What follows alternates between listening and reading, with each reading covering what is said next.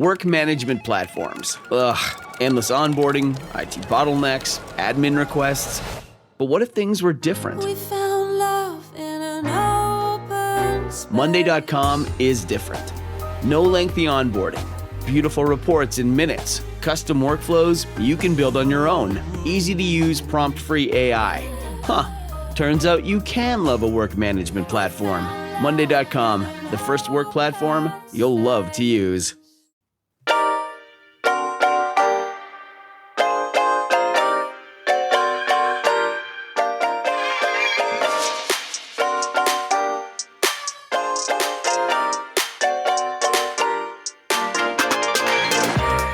Welcome to the RuPaul's Drag Race Recap Show for Season 17, Episode 10, titled The Villain's Roast. My name is Joe Batanz, and I am joined, as always, by one contemptuous co-host from the podcast, Bravo, Bravo, effing Bravo.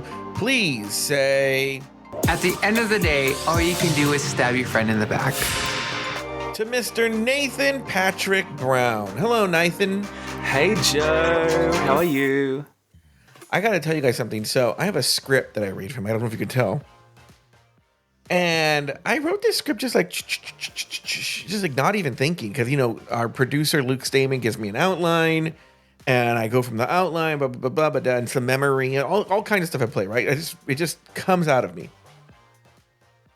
I wrote from the podcast, Pod is my co-pilot. Oh. What does that mean? I'd love to do Is that a guest like a weird Freudian... They never have any guest spots. What a weird Freudian slip there. People don't know that co-host Taylor the Latte Boys podcast is called Pod is my co-pilot. And yeah. So that was a little interesting slip of the brain there. Nathan Patrick Brown, how are you? I'm good. I think this is like the first time all year I've been excited to talk about this show. And while I was watching the episode, I was like, oh my God, things to talk about. Fuck yes. Mm-hmm. Yeah. Are you just feeling jazzed? I'm feeling jazzed. Well, like I've said on other shows, I won't say excited. I'm like, oh, there's shit to talk about this week. Because I will say, usually at this point in the show, there isn't really anything to talk about. So the fact that there's something to talk about, I'm like, oh, that's fun. But like, yeah. In terms of, she's like, yeah, we're going to talk about it. Cut to tomorrow on Alaska Thoughts. I'm like, I've been waiting all week to talk to you, to Robert. I'm like, oh my God, Robert, so much stuff to talk about. I couldn't wait. I've been chomping at the bit to discuss this show with you. And he'll be like, oh, it was boring. By the way, Nathan and I talked about my comment on Alaska Thoughts last week. Oh, yeah. Where I said that I made a joke about Nathan being, what did I say? Oh, we don't need to repeat it. Well, now we're going to discuss this moment on Alaska Thoughts. Fine.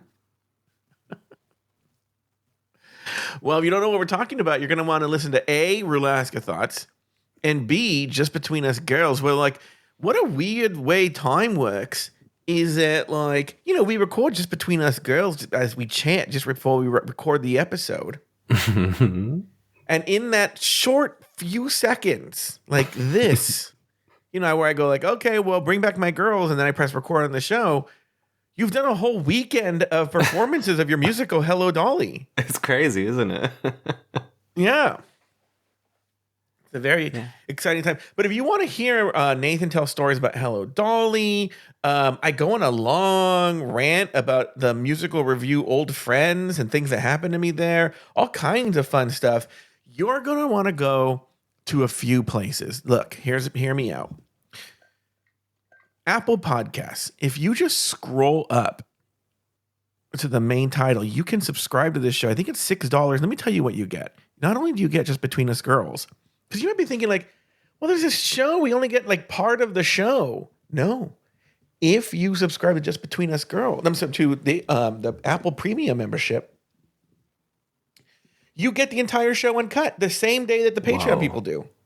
You know, Nathan, you're laughing. I think there's people who don't like Patreon because I used to say my Apple Podcast subscriptions were like beer money. Look, it's still not a ton of money, but it like more than doubled over the past month. Once people realized they could get the full show the same day as Patreon for like $6 or $7 a month. It's crazy. Yeah. So go over to patreon.com/. No. We'll go to Patreon in a second. Patreon, download the Patreon app or go to patreon.com/afterthoughtmedia. I'm going to tell you something. Exciting things going on there. One, I'm releasing free content right now 2 times a week. One of those things being kind of older episodes of this season of recap, maybe like 2 weeks old. So this week you'll probably be getting like, I don't know, whatever 2 weeks ago was. And then episode 8. And then we're also releasing stuff from our archive for free. And you don't have to pay anything.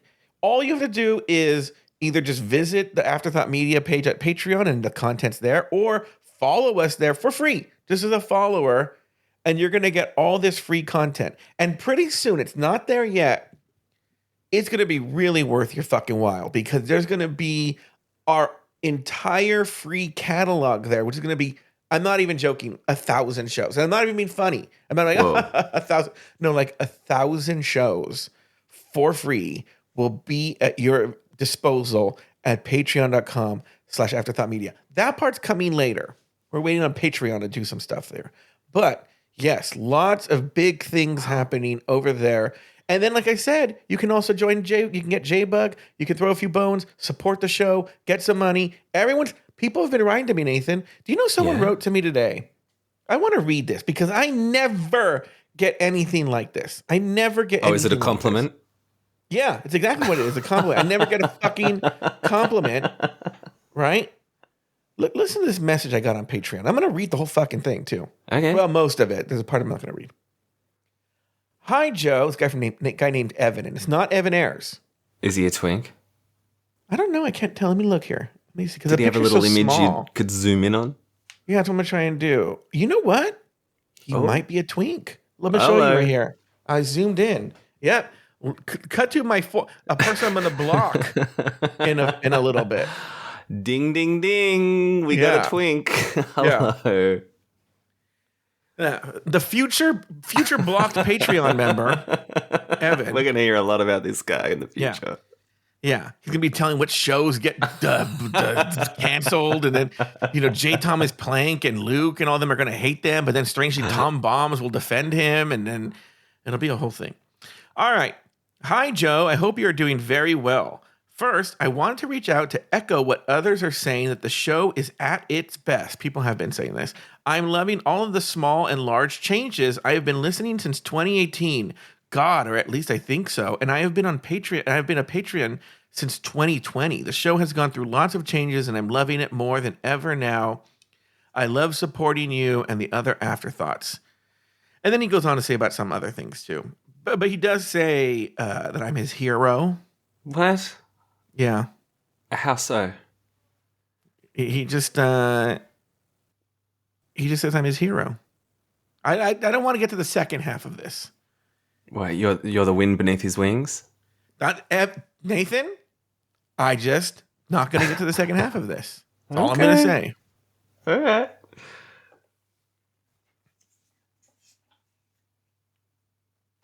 All right. So, but it was very flattering. Well, that's email. nice. That's good to hear. Very, very nice. Now, look, I will say, I was going to save this for later, but I might as well say this now, because we might have the sweet and the salty. Oh. I did get a critical, but I'm going to say very constructive criticism from a person who's very upset with Mr. Blackstone. And does not like that's fair enough. Yeah. He thinks Mr. Blackstone has gone too far. Mm-hmm. I will say this guy's German. It's not Carlo. We have a lot of Germans listeners, believe it or not. Cool. Not German. This guy's German.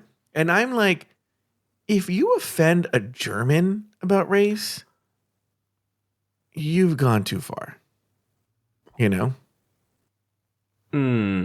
I think I would have thought Germans are more sensitive to that sort of thing. They are very sensitive, actually. I do know. I was being funny right there, but you're right. Do you know that this... Okay, let me tell you a story. Yeah. So there was a time when this, I don't need to do this anymore, but before I could give gift subscriptions like you have. Actually, Carlo doesn't even have a gift subscription, but I did have a little thing where if there were shows I wanted him to hear, I could give it to him, right? And so I made a little secret podcast for him that was only for him. And I thought it would be very funny to put a play on things, right? And so I put a picture of a lamp. Now, according to Google Translate, this word that I'm going to tell you meant lamp. He told me it does not mean lamp, but whatever. I called the podcast Little Pirate Mein Lampf. Okay? Oh, that's not. Yeah.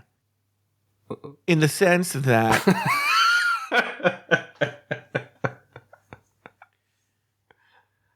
and I got an angry, and this is like giving him something. I got an angry message from him that he would not listen to this, and because he could not have it open. He understood that I think this is funny. They don't think it's funny in Germany. Mm-hmm. And I did say, look, here in the U.S., even with the Jews, I've seen interviews with Mel Brooks about this stuff.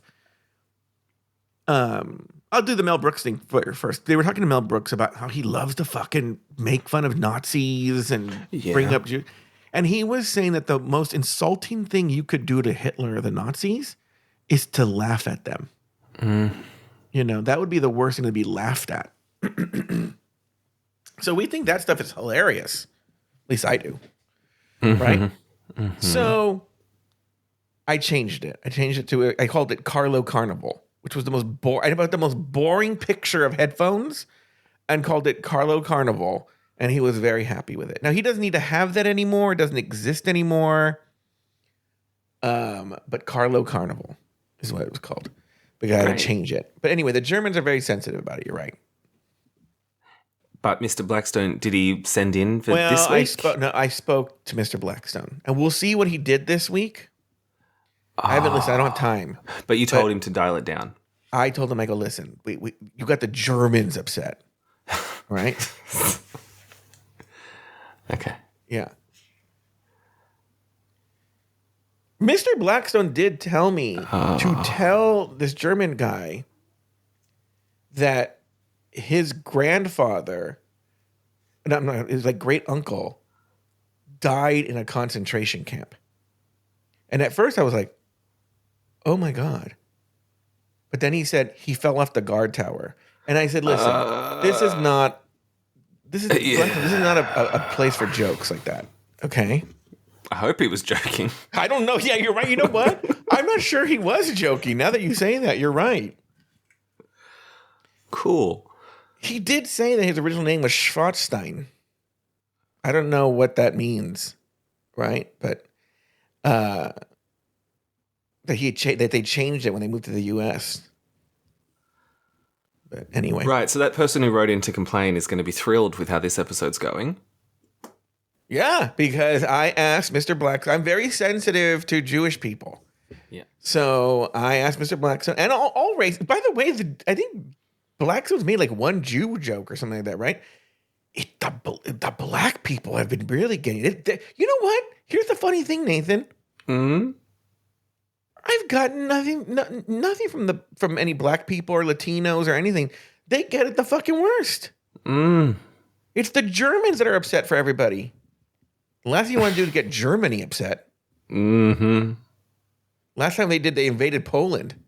Oh, boy.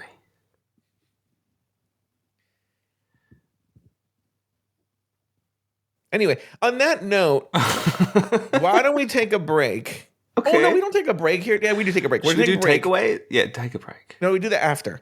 Okay. We're going to take a break. And when we come back, we're going to actually talk about the episode. I told you I wanted to save the Blackstone stuff.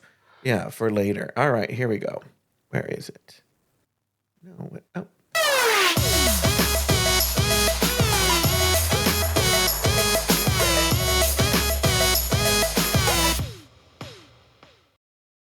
From ADT comes Trusted Neighbor, the new standard in home access. Through the ADT Plus app, easily grant and automate event-based or scheduled access for neighbors, friends, and helpers. Notify trusted individuals of events like alarms or packages, and set access windows for planned guests or even the dog walker without interrupting your day. Visit ADT.com. When every second counts, count on ADT. Requires ADT Complete Pro monitoring plan and compatible devices. Copyright 2025 ADT LLC. All rights reserved. When you think about businesses that are selling through the roof, sure, you think about a great product, a cool brand, and brilliant marketing. But an often overlooked secret is actually the businesses behind the business, making selling simple. For millions of businesses, that business is Shopify.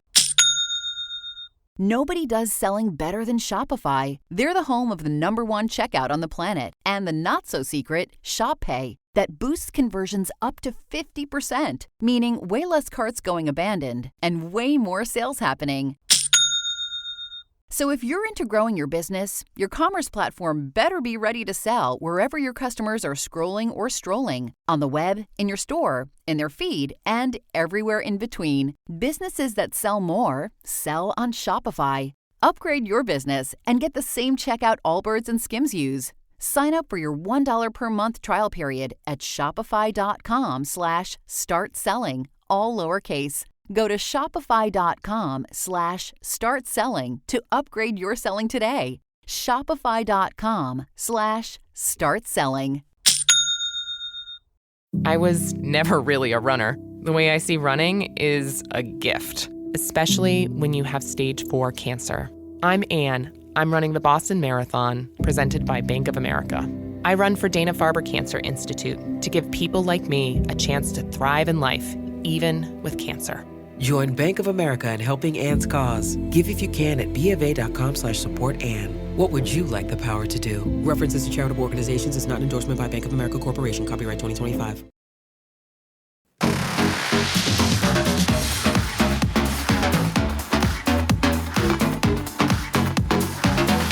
And we are back. Nathan got mad at me during the break and was like, I love how I said I'm so excited to talk about this episode. Then you talked about 15 minutes about Germany.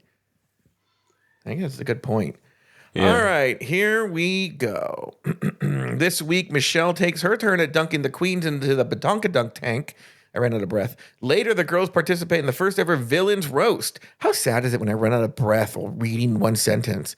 Later on the runway, the category is Who Wears Short Shorts? On the main stage, Lydia B. Collins is named the winner of the challenge, while Arietti and Jules Sparkles are in the bottom two, forcing them to face off in a lip-sync battle for their lives. In the end, Jules was told, Shantae, you stay, while Arietti was asked to sashay away. Nathan Patrick Brown, what did you think of that lip sync, and did the right queen go home? And you know there's a follow-up, but let's answer that first. Well, with the lip sync, I don't think Jules should have been in that lip sync. I think Lexi should have been in the bottom, but I'm glad Jules was, so that she could send Arietti home. That felt really good for me as a viewer. And I thought, yeah, the lip sync was fine. Jules could have lost a wig, taken off her shoes. She could have fallen over, and I still would have been like, she won that shit, because I was just so ready for Arietti to go home. And so, yeah, the right queen went home. Good riddance. Oh, you're very upset with this Arietti.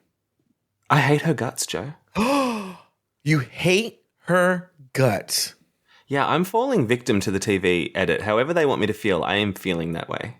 Mm-hmm, mm-hmm.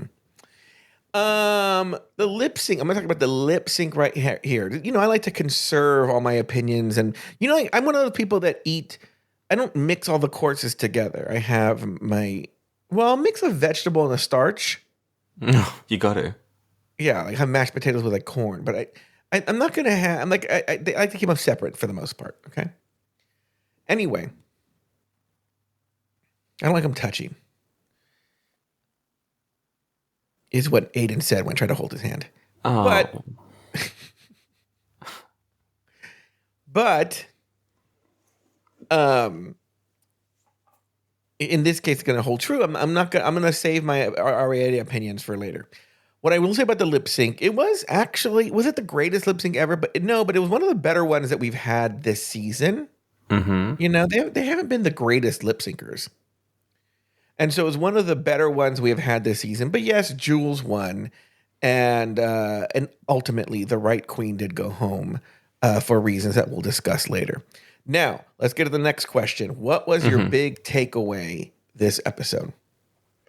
Yeah, my takeaway's got to be about Lexi and Arietti. Like, it's hard for me not to address that. And I will just say they are the biggest insecure losers I've ever seen. I think Arietti struggled. Have you ever seen Lori? I don't know if she's insecure. Oh, okay. But you agree she's a loser. Okay, go ahead. Sure.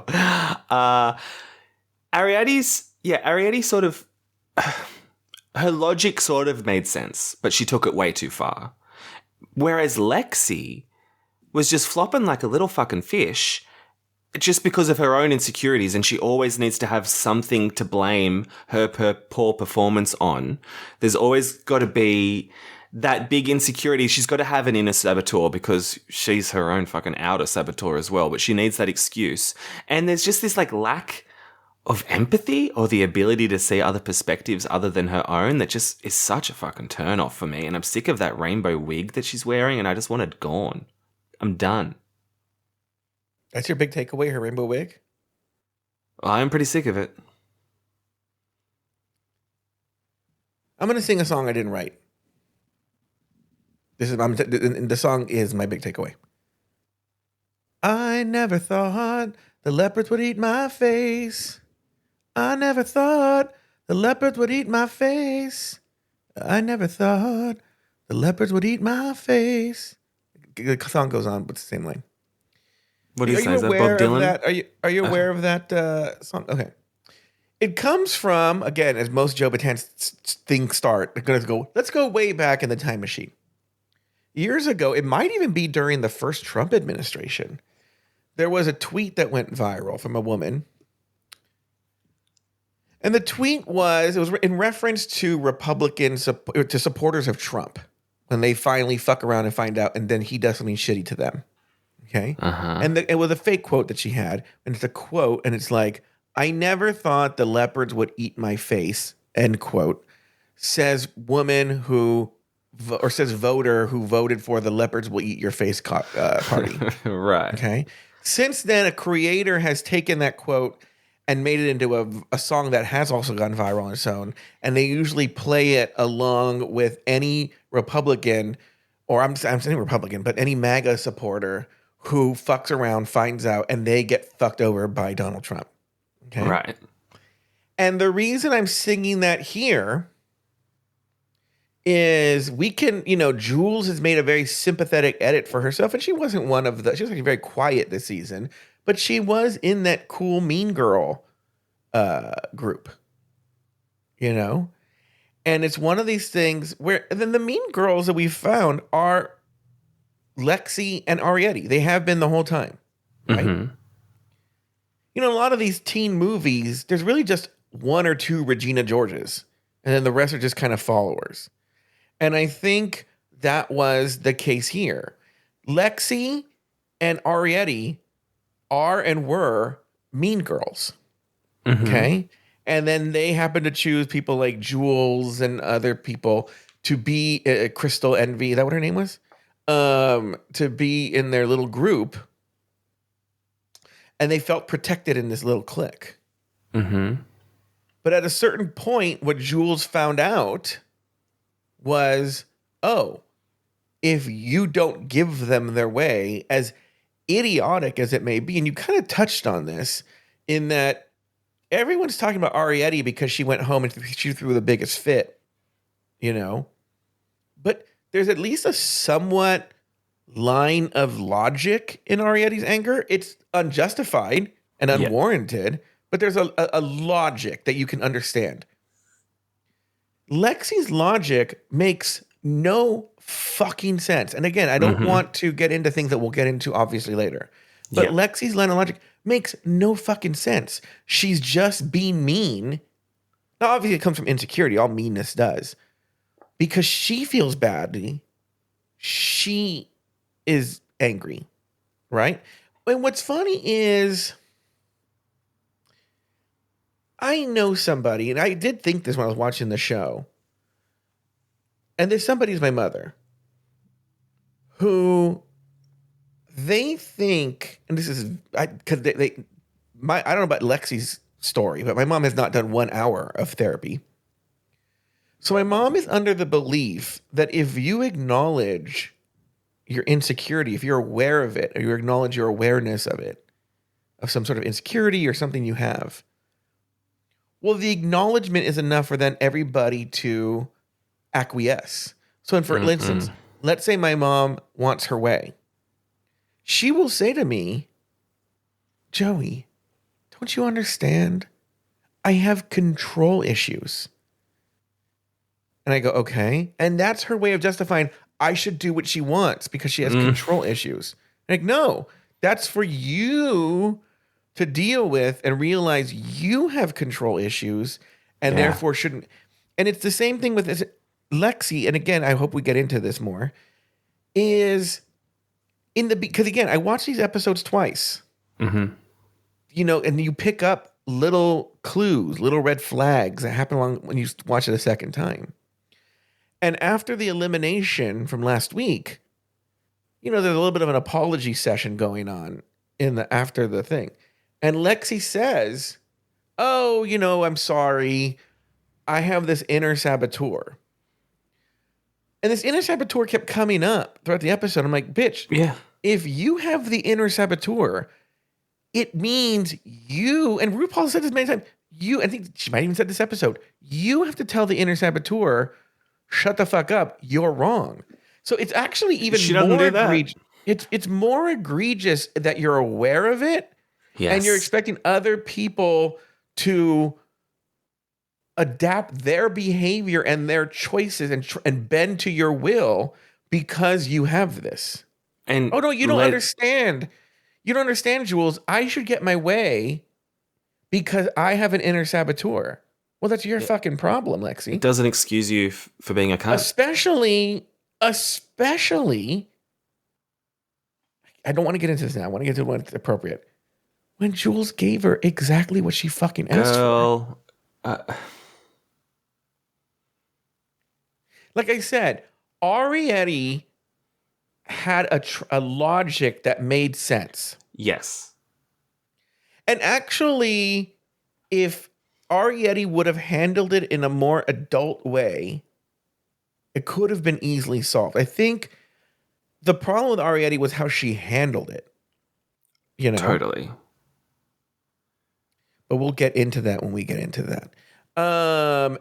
But so my big takeaway is, now look, I still feel sorry for Jules Sparkle. She never did anything super egregious. She was never mean to people during this. But she did find out when you align yourself, when you associate with when you join Team Mean Girls, there is going to be a point where they are going to turn on you. People talk about this on Trump. If you attach yourself to Trump, the second, anytime he's in trouble, he will throw anyone under the fucking bus. He doesn't fucking care. And it's the same thing with this Arietti and Lexi. When you have that much trauma and childhood pain and whatever they have issues that they need to work the fuck out, you're going to throw everyone under the bus rather than take your own personal responsibility. But I didn't think Jules was a mean girl. I can't actually remember what she has done. Jules on episode 1 said, this is the chismosa corner. We're going to sit here and talk shit on everybody in this corner. Now, she didn't really look. All right, like I said, she's always been very nice. Yeah. Like I said before, I had a friend named Jonathan who was very, very nice. Okay? Very, very nice. When he was, before things happened to him, he was a very, very sweet, sweet person. Right? And there are, believe it or not, mean people, terrible people often have very nice friends. And Christian. Leah Michelle and Jonathan Groff. Huh? Exactly. And he said Leah Michelle and Jonathan Groff because I was talking over him. And what happens is these nice people are so nice that they're willing to look past the obvious flaws and red flags of these mean people. And since these mean people aren't used to people sticking around, they attach themselves to these nice people. It's a weird relationship, right? But ultimately the mean person will throw you under the bus. The mean person, because they have Will so they much ever? damage, Yeah. that they will throw you under the bus. It was a matter of time. It was just a matter of time. Thank you. And Ariette isn't even from the Netherlands. Oh.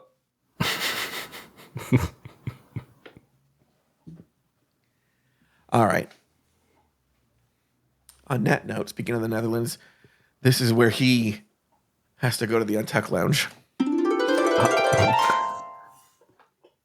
All right. After Corey's elimination, the girls gather to get out of drag after the latest episode. Lydia bids farewell to her boyfriend. Lexi apologizes for her inner saboteur. Meanwhile, the girls engage in some playful banter before calling it a day. The next day, Michelle Visage enters the workroom to announce the return of the Badonkadunk tank. One by one, the queens are dropped into the tank after a fake series of questions. Later, Michelle Visage announced this week's Maxi Challenge. It's the Villains Roast. The girls will roast former contestants Mistress Isabel Brooks, Candy Muse, and Plain Jane. As the winner of the last challenge, Jules Sparkles earned the right to design the set list for the night. Okay, Nathan Patrick Brown.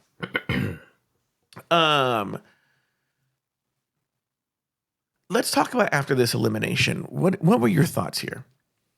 Well, you sort of touched on this, but yeah, you can sort of tell that Lexi was already fucking pissed off at Jules because Jules won the challenge. Like, this is where it all began before there was a set list. Mm-hmm. And Lexi was also talking about, like, I won the talent show and I haven't won anything since. I don't think the talent show should count because she was only up against half of the queens and it was Raider Queen. Like, Rue hasn't given you a win, so, like, calm down. Good point. Mm-hmm. Susie also calls the lip sync between Corey and Lydia a Shakespearean tragedy. And it's like, okay, that's a bit much. I don't know. No one died. Susie, shut the fuck up. Shut the fuck up, Susie. And Lydia, I think, is just getting more and more interesting every week. Like, I thought she was boring as all hell the first few weeks, but now she's got a bit more spunk. Like, I don't know if she's always had that spunk and I'm just noticing it, but like when Sam was like, oh, who should be in the bottom? She was like, you. I was like, okay, that was fun to watch. So I'm happy to see Lydia coming out of her shell and being interesting. You kind of really hit my points on this. I mean, we could see you start to see Lexi falling apart in front of our eyes. It's been a slow dissolve, if you will, because we saw this early on, in that do you remember the whole weird thing where she forced this weird conversation and talked about how she was like homeless and stuff like you have to understand something. How do I put this? If you take a look at Lexi's life and everything she's revealed about herself, you can tell. I mean, just put all those things together. Yes, bravo for having survived all that you survived, but it would be very difficult to go through what she's gone through and not come out and to come out unscathed. You're going to be damaged. There's going to be damage, and that's why I focused on during the first part about these are damaged people. Ariette is a damaged person. I don't know what her fucking story is. She's not the one where the dad blew his hand off with the fireworks. No, she was bulimic. Well, okay. Well, that's something. I saw her. I mean, okay. Well, I mean, if she says she is, she was. Okay, yeah. But what does that? You know what, Nathan? Here's what I will say. She believes she was bulimic, and I'm going to believe her, right? And a person, if you remember, she didn't say, "Oh, and I went to therapy and dealt with my issues." She didn't say any of that. She said, "Oh, I started doing drag, and that's how I got over my bulimia." And again, that is a big fucking red flag that this person has not confronted their demons. And I mentioned this on the podcast at the time. It's like being a dry drunk. Just because you stop drinking, if you don't confront those issues, either through therapy or a 12-step, you're just a person who hasn't had a drop. You're still an alcoholic. You're always an alcoholic. But you know what I mean is you haven't confronted the issues that made you an alcoholic. And if you were bulimic and you didn't go through through therapy or some sort of mental health. Fucking read a book. I don't know, whatever, right? That you're saying because you put on pads and drag that now you're cured of your bulimia. Mama, I have to tell you this. It's still there. It's just latent. You're in bulimia remission. Okay? And one day, and excuse the metaphor, you're going to vomit it all out. It's going to come back up. It's a bit on the nose, Joe. Well, yeah, vomit gets everywhere. Your nose, your clothes, the toilet, everywhere. Okay?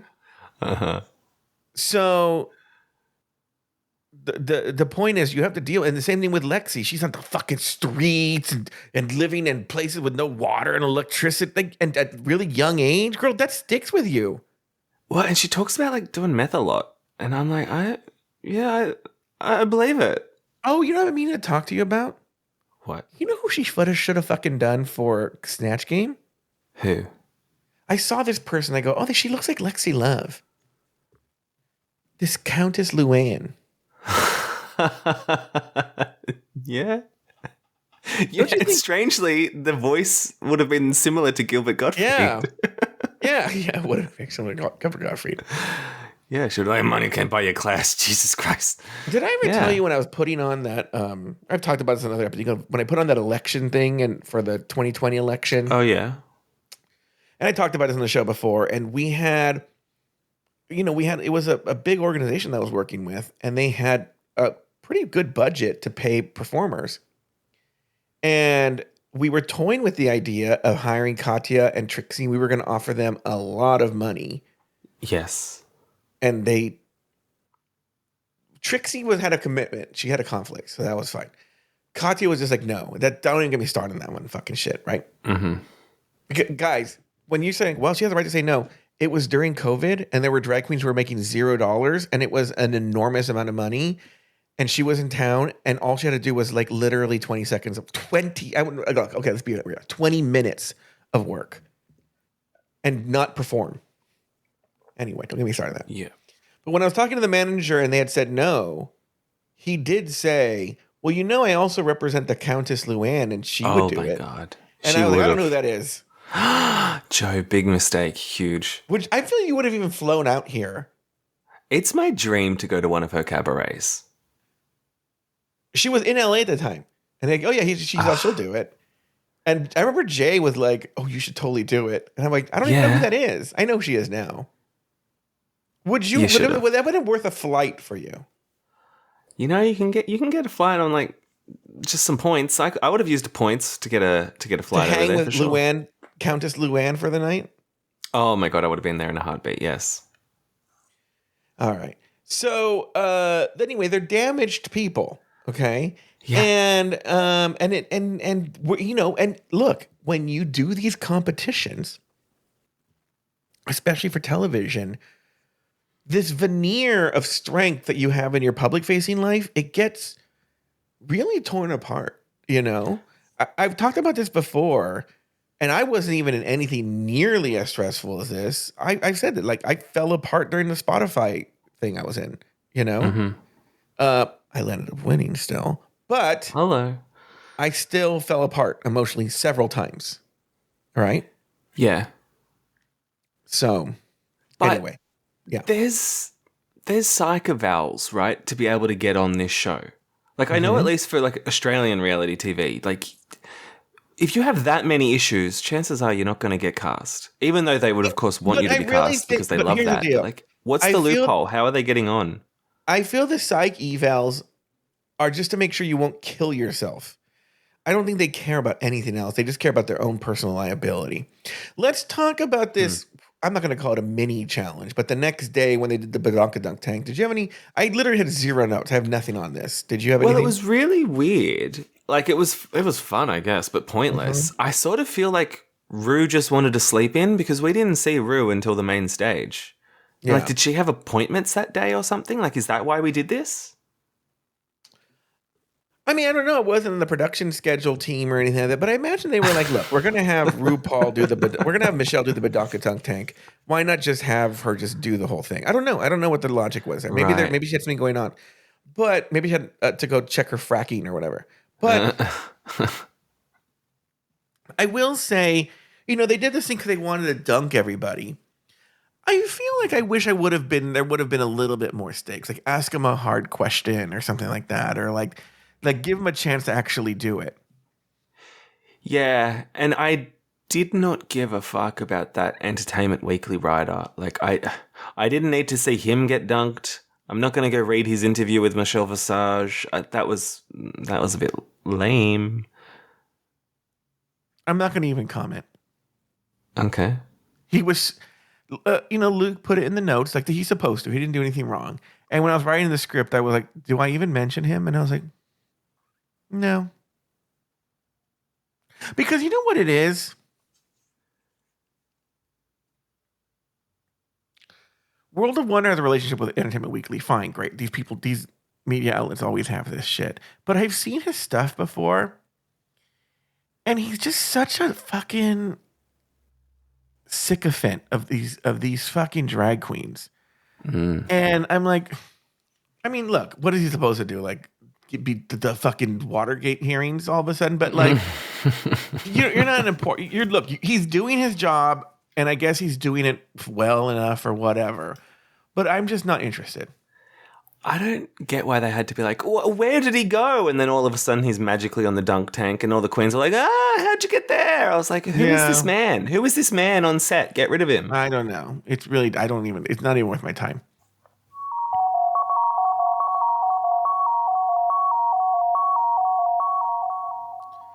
All right, back on the main stage, Lydia B. Collins is named the winner of the challenge, while Arietti and Jules Sparkles are in the bottom two, forcing them to face off in a lip-sync battle for their lives. The song, Yeah, Yeah, by Beyonce. In the end, Jules lived to see another day, while Arietti was asked to sashay away. Nathan Patrick Brown, any final thoughts on the episode? Yes, I think Jules has so much strength for not throwing Arietti under the bus in that moment on the main stage. I do not know why she didn't say that a bitch stole her jokes, and to just like cop the critiques and be like, yep, and then lip sync. I was like, wow, she's a better friend than like I could ever be in that moment. So good for her. And also Arietti's mirror message. Did you catch that? Yeah, I saw it where she made fun of Anya's teeth. Yeah, what the fuck? She's like, brush your teeth. Like she just went full villain Joker doo-doo mess. Yeah. It was a terrible look. I don't know how Anya's going to receive that next week, but I'm excited to see it. But yeah, I just don't know why you'd use that opportunity, your final like word for this season, to be clocking someone else's breath. Like it's just fucking weird. Yeah. Well, look, I'm dying to see the interview with her. Did you read What's a Packin'? I don't know. I never watched them. I'm not actually that interested in what they packed. Yeah. Any other final thoughts? Nope. All right. Well, that's going to do it for this week's episode of Drag Race Recap. Be sure to join us next weekend, every week, as we continue to discuss, dissect, and deconstruct each brand new episode of RuPaul's Drag Race Season 17. So for Nathan Patrick Brown and myself, sashay away until next week.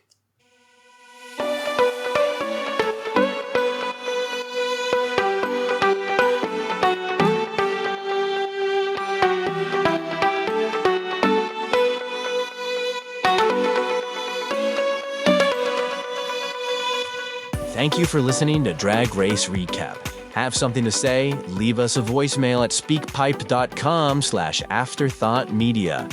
You can also email us at dragracerecap@afterthought.media. For more Drag Race and LGBTQ+ content, support us over at patreon.com/afterthoughtmedia. This podcast was produced by Luke Stamen. You can follow Nathan Brown over on Instagram at NathanBrown90.